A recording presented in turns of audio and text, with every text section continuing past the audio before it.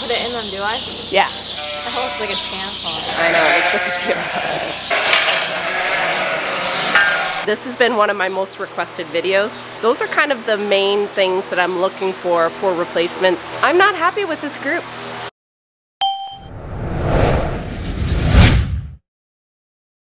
Morning guys, it's Tuesday and today I was planning to vaccinate and evaluate some ewe lamb replacements across the road today, which I might do this afternoon, but this morning I have to insert CIDRs in our second group. So last Tuesday, if you saw that video, we CIDR'd the first group and I showed you kind of how I do that in my process, what that all entails basically.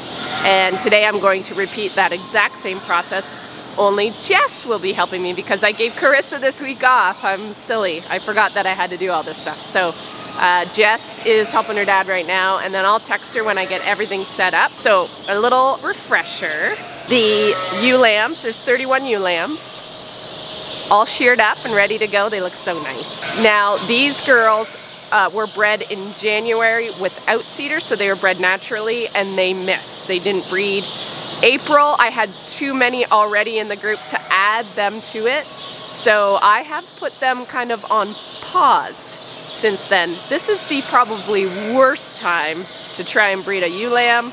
However, they're over a year old now, and why I say the worst time for a ewe lamb is just because it's out of season. I probably should have put CIDRs in them in January. Anyways, I didn't. And then the second group is Goat's group. So Goat gets a CIDR today, as well as all her buddies. It's really sunny.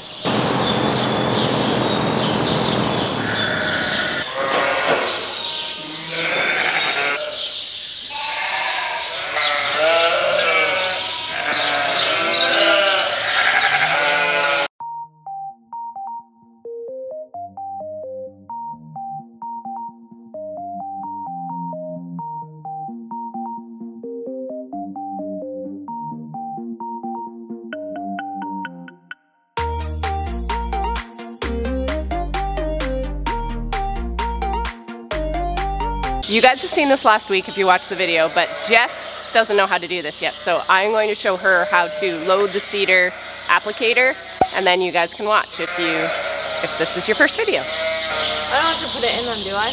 Yeah. So we wear gloves because there is a hormone on these CIDRs, and just as a refresher, it acts kind of as a little bit like a birth control, so it will stop them from cycling for these next 12 or 13 days, and then when I pull it on day 13, it will trigger them to start their cycle all over again, and then at that time I will give them a shot of PMSG, and that will tell their brains to start ovulating. So that's kind of the protocol, and we just wear gloves because there is a bit of a hormone on it, as if it was like a birth control. Okay, these are the applicators. So it's got a slit here. They come in a bag of 20, and there's a Ziploc, which is nice. Zoetis makes these ones. And I just use an empty box and dump the bag because it's just easier for her to keep going if I've got some already pre-dumped.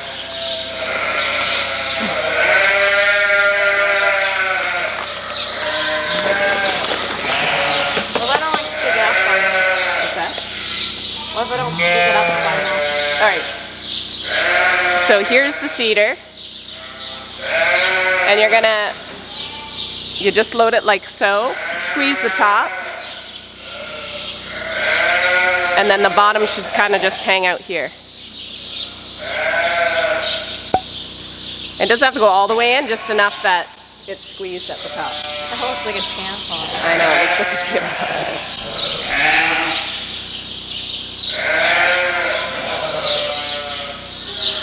Got it? Good. And then when it's all in there, we squirt it with a little bit of lube, and that just helps, especially these guys, they're ewe lambs. So just put a little bit of lube on the top to make that slide easier. So So that is how you fill the applicator. So Jess is going to do that while I actually put them inside the U. God. Yeah, I'm not making you do it. You said yeah, and when I said I'm putting them in? No, in here.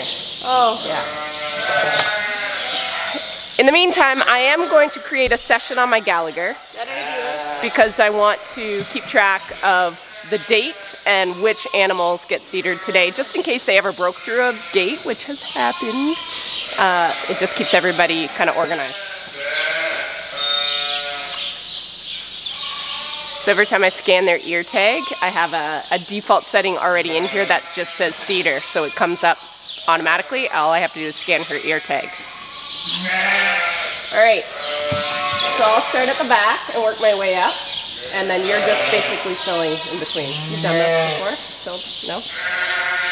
Alright, I'm going to get a few more in.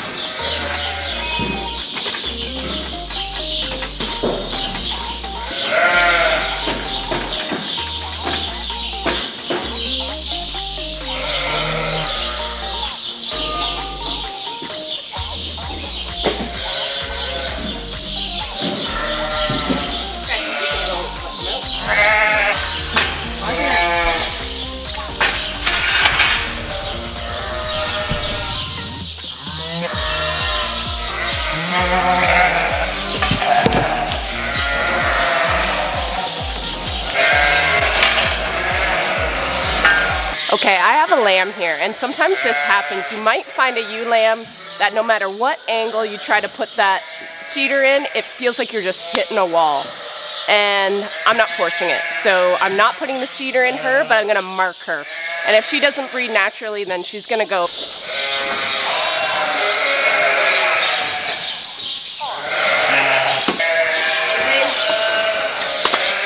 You can't see it from looking at it. Ow!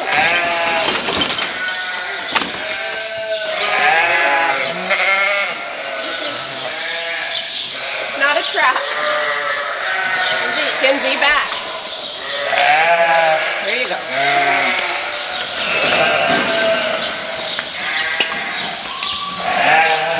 All right, I'm just gonna kind of close them up in their own little spot in the feed alley, and then run the mature ewes through. I won't subject you guys to that. It's the exact same process, and then I'll put them all back in their pen again, and that's it. That's how you CIDR sheep. I will pull these guys CIDRs in 13 days, and that will be exactly a week after my first group. So then the rams, when you CIDR ewes, the good thing about it is you only really need about 5 days kind of dedicated to that first cycle, because they're all going to cycle at the same time.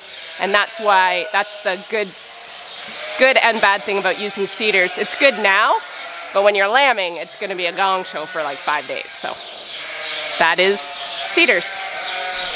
Did you like that? Huh? Did you like that? Yeah, it's easy.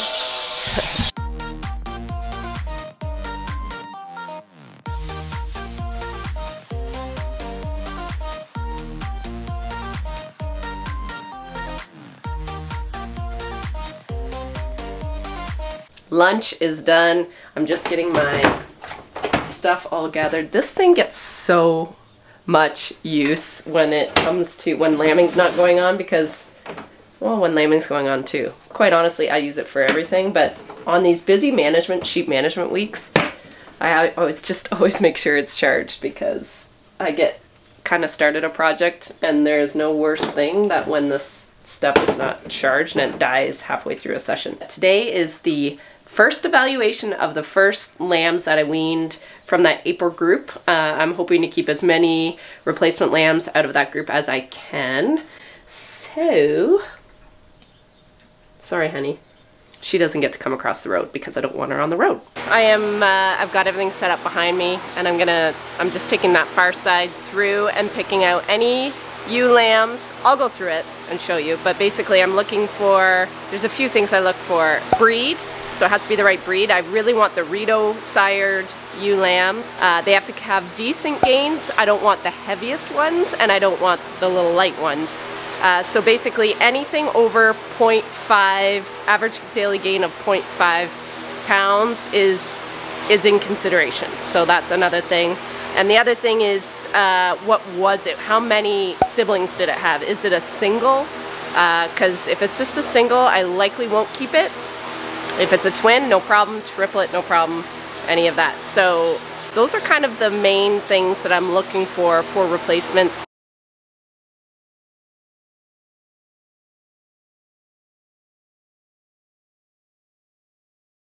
And I'm also going to give them their first shot of gland vac. So I will give this today. So they're about, I think they're about 12 weeks old. And then I will redo them again in 4 weeks. That will be their 16 week. And then at that point, that'll be their second evaluation. If everything still looks good, they'll get their second shot. And they will officially become Sandy's ewe replacements for my flock across the road. So it's kind of an exciting time, and this has been one of my most requested videos. So I've been just waiting for this group. Here's Rusty.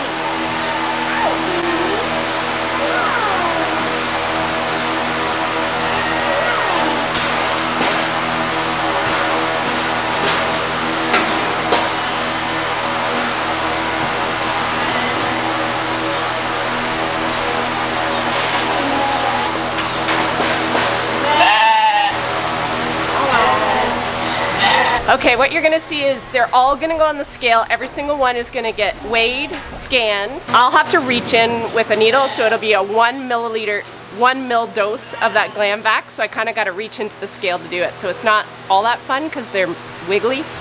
But you'll see that if they are a replacement potential and I give them the vaccine, they're gonna actually scoot to the left. They're gonna get separated. So this is what I'm gonna separate my barn males into females. I really only do that when I keep the group back for replacements. That's the only time I separate males and females. I'll show you how I set up the session. Okay, so I'm gonna go to options first. I'm gonna create a new session. I'm gonna put the name as 2020 ewe lamb replacement. If they get the vaccine, I will put that, I'll enter that as I go basically. So that's all I need for this. Just set up the session, make sure my scale is 0, which it is.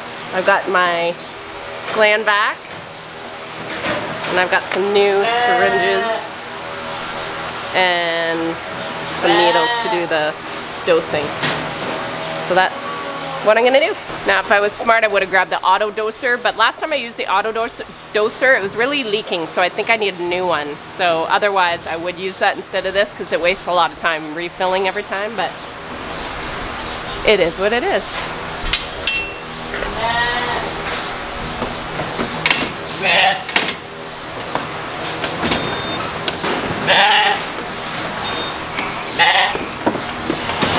So this is a ewe lamb. It's a ewe lamb and it's a twin, and it is Rito sired. So, and the average daily gain is 0.75. So this is a perfect ewe lamb. So it gets a vaccine and it will get to stay. I'm going to see if I can do it while she's in here.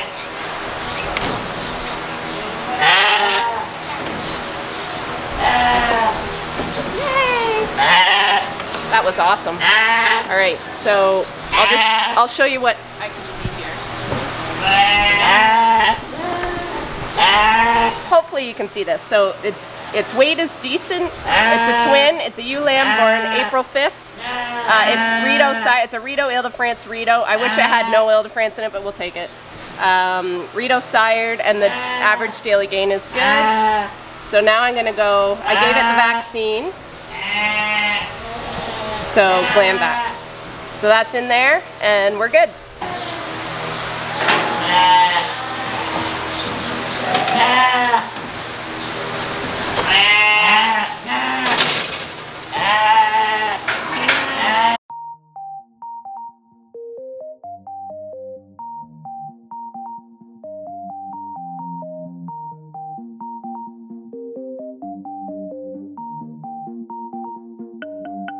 Okay, you guys, Ruby Sue is in here. Right there. And she gets to stay. She checked all the boxes.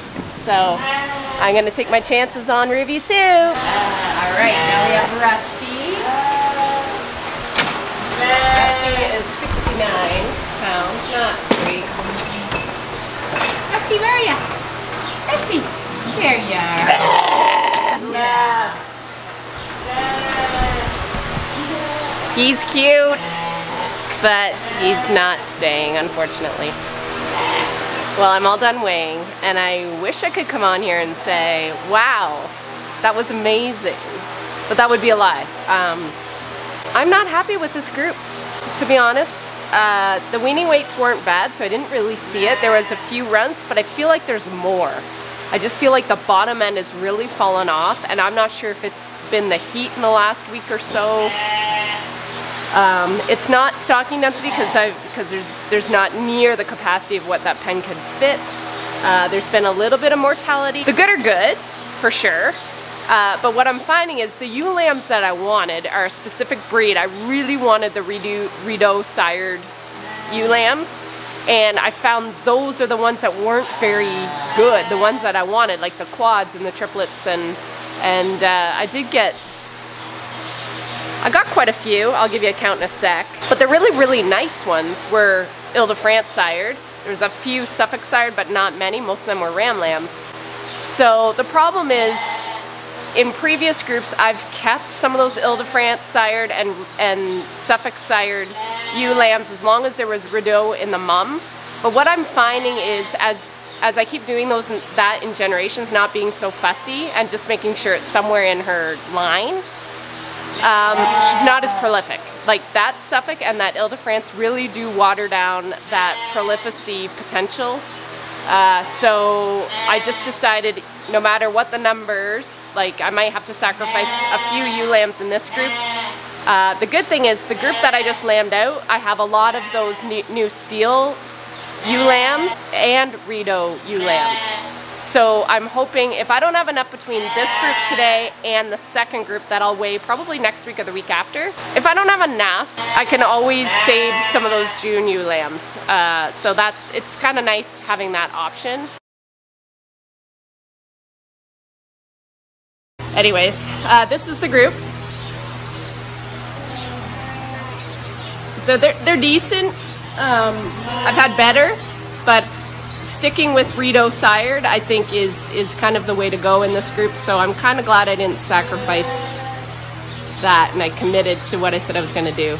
We'll see what that back group does next week or the week after, because those are the ones they were you know, spread out through a month of lambing. So I'm just waiting for those bottom end ones to catch up. Other than that, it was a pretty decent group. I can I'll show you what I'm seeing on the Gallagher. All right, so in this group, so I weighed 116, but one lost its tag. Looks like I cut myself. One lost its tag, so I'm at 115 weighed. The average weight was only 66 pounds, which for their age, I just feel like that should be better. And that's what I mean, that bottom end was nasty. Like it should be not that at this age. So 37% were rams, 63% were ewe lambs. Yeah, so the ewe lamb weight was only 63.32. The heaviest one was 91, the lightest was 30. So of course I didn't keep this one and I didn't keep this one. I kept a lot in and around this, anywhere from 60 to 70, 80 maybe. I'm gonna look at sire. Okay, so here's my, thankfully I have a lot of Rideau sired lambs. So there were 71, so this includes the males and females, but it gives you kind of an idea where we're at. The Ile-de-France they have pulled up their stocks. They're doing really, really well over here. Their average weight was 74.96. So they are doing really well. The Suffolk, not doing as good since the weaning weights, and of course it had the biggest. But see these bottom ends? It's just dragging everything down, whereas the Ile de France didn't have a bad bottom end. All my ewe lambs came from this group, and so that gives you kind of an idea of what that average weight would be. I am not sure how many I got. I should maybe see. Let's go to office. Change filter. My fingers are too big for this. That one. Okay. Add that rule. And then I want activity. Land back. Today. One. Add rule. Okay, I have 34. Only 34 I got in this group. And this kind of gives you an idea of what the weights were. Let's actually do an order here. Okay, so the lightest one was 53 and the heaviest one was 91.5. Overall daily gains. So I didn't take anything under. Oh, I did. How did that happen? Darn it. I missed one, but I don't usually do that. I usually take everything over 0.52 or 0.5. But this one snuck through. I must have been sleeping. That is these ladies. 34 in this group. Got a big old glare. There we go.